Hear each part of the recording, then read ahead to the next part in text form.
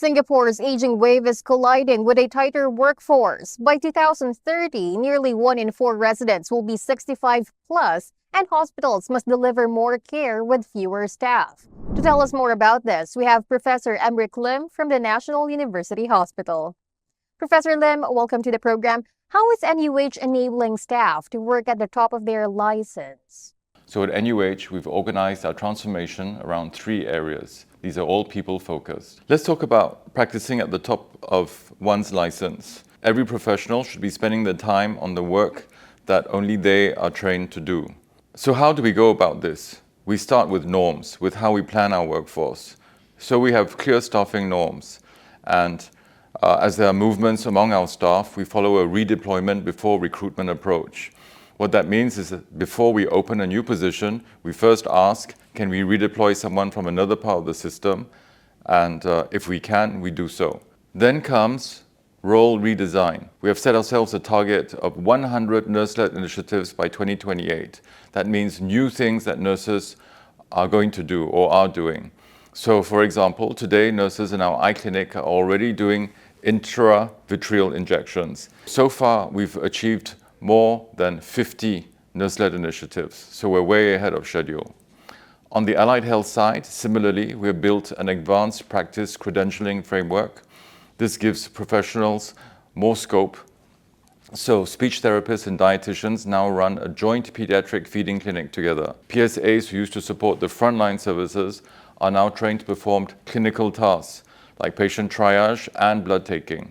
The bottom line about practicing at the top of the license is not about people only doing what they want to do. They have to have teamwork, and while we take away what should not be on their plate, we expect them to do their best work and to practice in a way which professionally is the most rewarding for them. How about in terms of AI and digital tools? How is NUH scaling this in terms of care delivery? It's no point deploying digital tools if the organization is not ready. And at NUH, we're very concerned about something which we call organizational friction, especially in healthcare. What you actually need is to be clear in your intent and to empower your teams. Let them make the decisions on the ground and reduce interfaces where things can go wrong.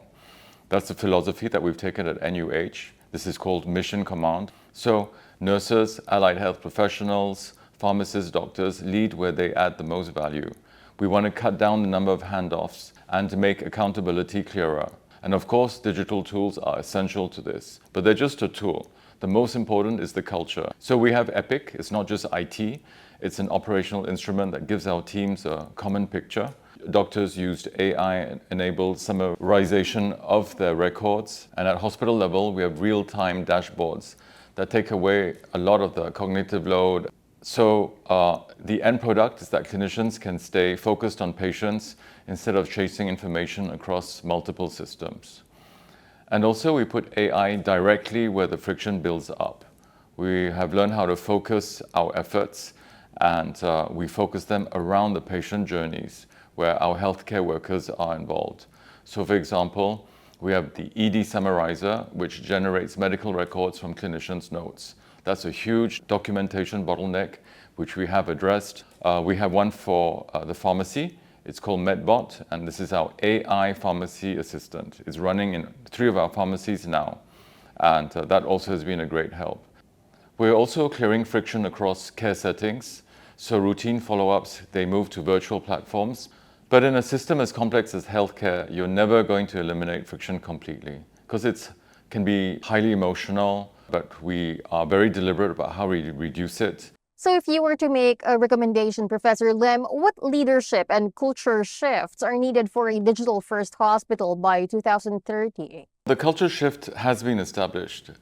The National University Hospital is definitely ready and is culturally able to use digital technology, and started moving 3 years ago to a digital-first hospital.